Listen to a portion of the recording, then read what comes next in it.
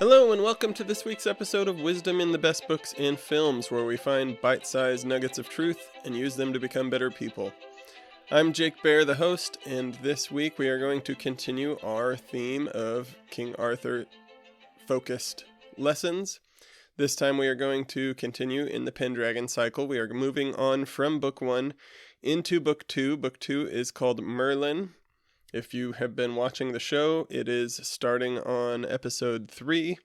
We will be continuing to do Pendragon-themed thoughts every other week through March. After that, I will be moving on to other themes. I do want to point out that while I am only doing a couple of thoughts from each of these books, that does not mean that they are limited. Just like when I only do one thought from a book, it doesn't mean it's limited to a single thought. These ones also have many thoughts. I've just chosen a handful. There are some really deep Christian themes, or just good moral themes, if you want to think of it as not necessarily as Christian. But this week's episode is going to be a name given and a name won. As usual, if you enjoy the show, please leave a review on Apple or Spotify or wherever you get it. Please subscribe so that you see the episodes every week. They come out every week on Sundays. And please share it with friends and help us to get out to more people. I greatly appreciate any and all sharing of the show and any reviews that are left, so please do that. Here is this week's episode, A Name Given, A Name Won. I am the 8th of 9 children in my family. I grew up in a small town where more than 30 of my cousins who share the name of Bear went to school. After my father and all of his siblings had already done much of their schooling in the same town.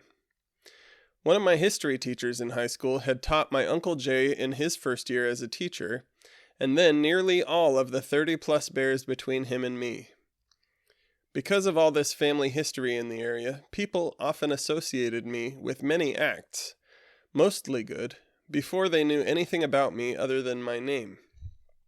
Teachers would either expect me to be their best student ever, or expect me to be a handful, depending on their impressions of my siblings or cousins. This is probably pretty rare, growing up in a place where your name alone carries expectations before you have done anything to merit a good or a bad opinion.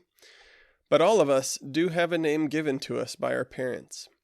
For some, that name can be a beacon, encouraging us to live up to a great reputation.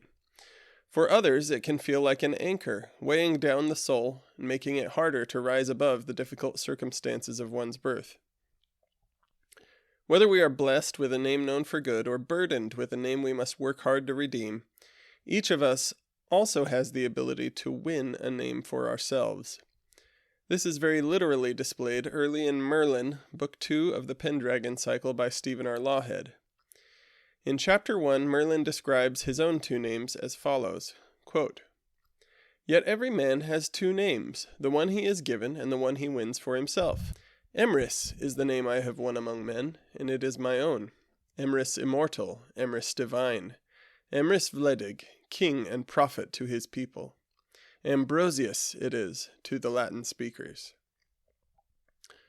Lawhead doesn't fully explain those names right away, but that's kind of the point. At this stage in the story, what matters isn't where the names come from, but that Merlin has earned it. Emrys is the name Merlin earns among the people who know him. Ambrosius is the name history will remember.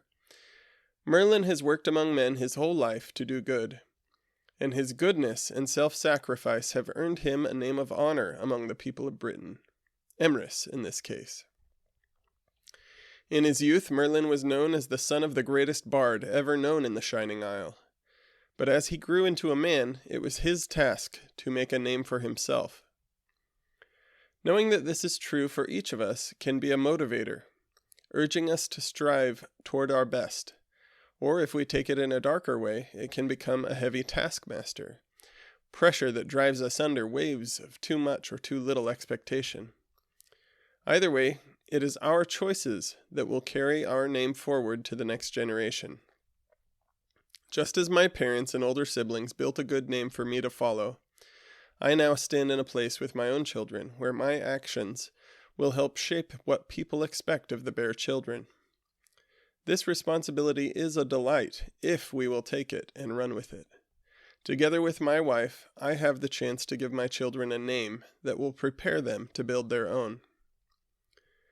Whatever stage you find yourself in, whether you need to build your own name, pass on a good name to your family, or reinforce a name already known for good, go out and win it. Work every day to make your name ambrosious to all who hear it, a name that carries weight, honor, and trust. That is all for this week's episode. I hope you enjoyed, and I hope you're watching the TV show because it is a really good one. I'm interested to see where they go. They've had to skip around a bit to cover some things. Actually, the most recent episodes, 3 and 4, kind of are bouncing between books 2 and 3. So I think there's a lot of stuff in book 2 that they're going to try and find a way, hopefully, to cover because book 2 is one of my favorite parts of the series. I hope you join us again next week where we will be doing another Arthurian-themed short story. At the time I'm recording this, I'm still bouncing a couple of ideas around as to which one that will be, so I won't tell you what one it is yet. But thank you for sharing the show with others, and thank you for listening. I appreciate it, and I look forward to having you all join next week.